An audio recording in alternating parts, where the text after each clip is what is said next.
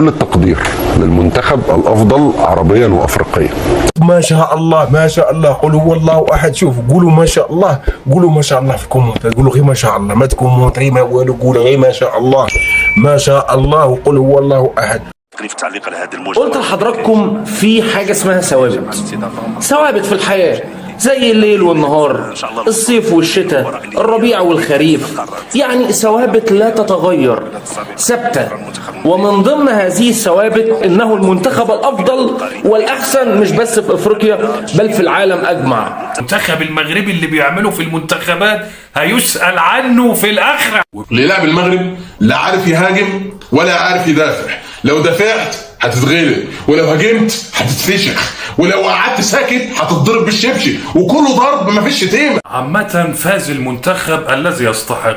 ماشي منتخب مرعب، منتخب مهبول، اقسم لكم بالله العظيم. المنتخب المغربي النهارده عمل سيمفونيه على المنتخب الامريكي. هتقول لي يا عم دي امريكا، راح سجلوا هايلين، منتخب محترم جدا جدا. المغرب بتفوز على امريكا عادي جدا، منتخب المغرب اللي هو المنتخب العربي بكل سهوله. انت تعرف ان منتخب المغرب ده دلوقتي بقى ظاهره، سواء ناشئين او اولمبي او منتخب كبير. المنتخب المغربي اللي في البطوله دي بيحقق نتائج مرعبه. دلوقتي اصبحت المغرب هي قوه عالميه وليست قوه عربيه او افريقيه. لا خلاص جدا وناجحه جدا. واتحاد، يعني الاتحاد المغربي لكره القدم او الجماعه الملكيه لكره القدم المغربيه بقياده فوزي لقجع، حد فعلا قدر انه يضع المغرب على طريق نقول مش بس النجاح ولكن التألق. رابع العالم. فتحيه لفوزي لقجع رابع العالم للجامعه الملكيه المغربيه، كل البطولات الافريقيه انديه فيفا مغرب. مبروك علينا وهذه البدايه، ومازال ميريكان ضربناها واحنا في لافينال. اوبا با با با مقابله عالميه. صحافه زيكو اتفرجوا في زيادكم كيديروا في العالم ديما طالع في العالم. صحافه زيكو يا ودي المغاربه ما شاء الله عليهم. شوفوا روح الله ينصركم، راكم دايرين. اللي بتعمله المغرب ده مش وليد الصدفه، يعني تميزهم في المنتخب الاول والمنتخب الاولمبي، منتخب الشباب او منتخب الناشئين ثم منتخب الشباب، ده مش وليد الصدفه، اكيد مش وليد الصدفه. فلازم احنا نقف كده نتدبر مع الكلام ده ونفهم ان احنا لازم ندي العيش لخبازه، ويبقى في اسس للتعيينات.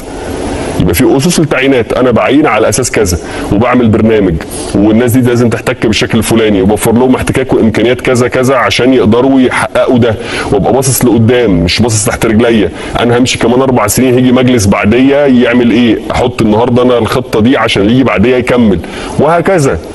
الموضوع سهل وبسيط للي عايز. يعني ان النجاح ليه مسببات ربنا سبحانه وتعالى امرك بيها في اي مجال كان، تاخد بالاسباب دي وتسعى، ربنا هيكرمك. ده مش كلامي، ده وعد رباني ربنا سبحانه وتعالى قطعه على نفسه، ان لا نضيع اجر من احسن عملا.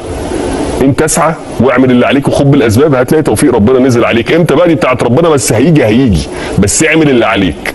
لكن مش طبيعي يا جماعه ولا منطقي ان احنا نخسر من المنتخب الاولمبي، ونخسر منتخب الناشئين، ونخسر منتخب الشباب، ونخسر منتخب الكره الشاطئيه، ونبقى بنتعامل مع الموضوع على انه حاجه عاديه او ان هي صدفه. معلش ده هي بس حظنا اليومين دول مش كويس. لا، مش قصه مش كده. هي قصه ان فرق بين حد بيشتغل بشكل مؤسسي، حد بيعمل استراتيجيك ثينكينج، تفكير استراتيجي عشان اظبط الكره المغربيه لفتره كبيره، ويبقى في تواصل اجيال بشكل معين. يبقى عندي المنتخب الشباب ومنتخب الناشئين ومنتخب الاولمبي ومنتخب الكبير كلهم بيدوروا في لوب ودايره واحده من التميز، وبين حد شغال بشكل شيل ده وهات ده وخد ده وهات دي وعين ده وودي ده وجاب ده، وشغال انت بشكل عشوائي بحت. لا تنتظر الا ان انت هتعمل نجاحات وليده الصدفه، لكن نجاحات مخطط ليها بالتاكيد لا مع هذه العشوائيه. كان زمانه ما بيطلعش من الملعب، كان زمانه بقى اساسي منتخب مصر الاول وقاعد كده حاطط رجل على رجل بالقدرات والامكانيات بتاعته. انما شفتوا فرق الكواليتي يا جماعه؟ شفتوا احنا وصلنا فين في الكوره؟ ده انا بقول لكم احنا وصلنا فين في الكوره والمغرب وصلت فين في الكوره. هم 2005 بتوعهم بيصعدوا اول على البرازيل والارجنتين، واحنا 2005 بتوعنا يا رب هولندا تتعادل مع الدنمارك عشان نصعد بفرق الحظ. النبي ده كلام. وحماده انور ما ياخدش، يا رب والنبي ما ياخد انذار. يا جماعه المصحف بذمتكم مش عيب؟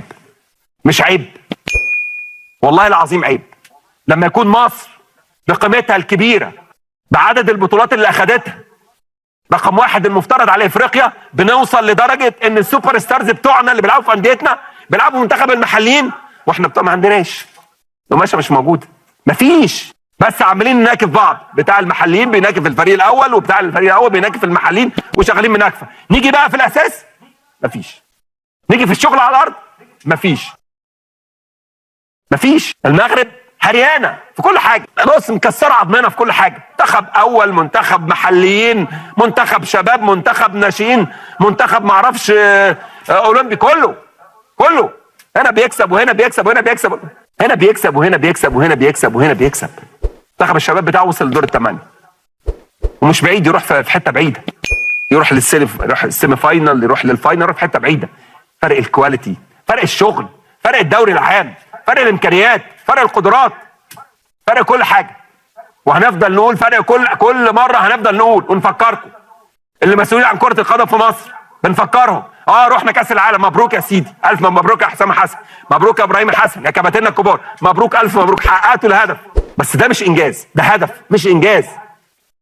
10 فرق بيصعدوا من افريقيا، ده حاجه، ده هدف حققته. نحييك، نسقف لك، نقول لك برافو عليك، حققت الهدف المطلوب منك والهدف الطبيعي. لكن هل هو انجاز؟ لا مش انجاز طبعا. الانجاز ان شاء الله لما كابتن حسام حسن وكابتن ابراهيم حسن يروح بينا في افريقيا لأبعد مكان، وفي كاس العالم للانديه، كاس العالم باذن الله تعالى يودونا في حته حلوه ومحترمه. مستقبل مشرق للكره المغربيه. المستقبل بيقول ان في شغل، في ناس بتفكر، في ناس بتخطط، في ناس قررت ان المنتخبات الوطنيه اعلى من الكل، في ناس قررت ان هي تكمل مشوار وتبص للمستقبل. ابتعاد المغرب لفترات طويله جدا عن الكره الافريقيه وتصدر المشهد رجع وبقوه ان المغرب على كل الفئات واقفه على رجليها.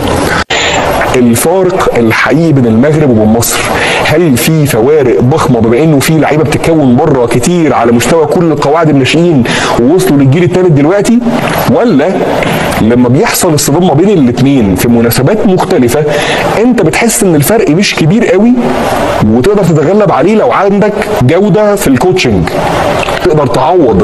وهنا بتكلم على كيروش لما كان موجود وعلى ميكالي دلوقتي. ميكالي لا، انا ما اروحش لفكره جوده الكوتش، ماشي. انا اروح لفكره ان المغرب شغاله صح بقالها عدد من السنوات الكتير، حلو، واحنا شغالين بنسبه كبيره غلط فيما يخص كمان القاعده. مرحبا أصدقائي، وصلنا إلى نهاية الفيديو. صراحة هذا الموضوع دار حالة ودار بوم في السوشيال ميديا وفي جميع المواقع التواصل الاجتماعي. إلا عجبكم القناة ديالنا والحلقة ديالهم وكذلك المحتوى اللي كنقدموه، ما تبخلوش علينا أصدقائي بالآراء ديالكم وكذلك بالاشتراك باش توصلكم دائما الجديد ديال قناتنا وقناتكم سبورت اكستريم. أحبكم في الله، إلى الملتقى.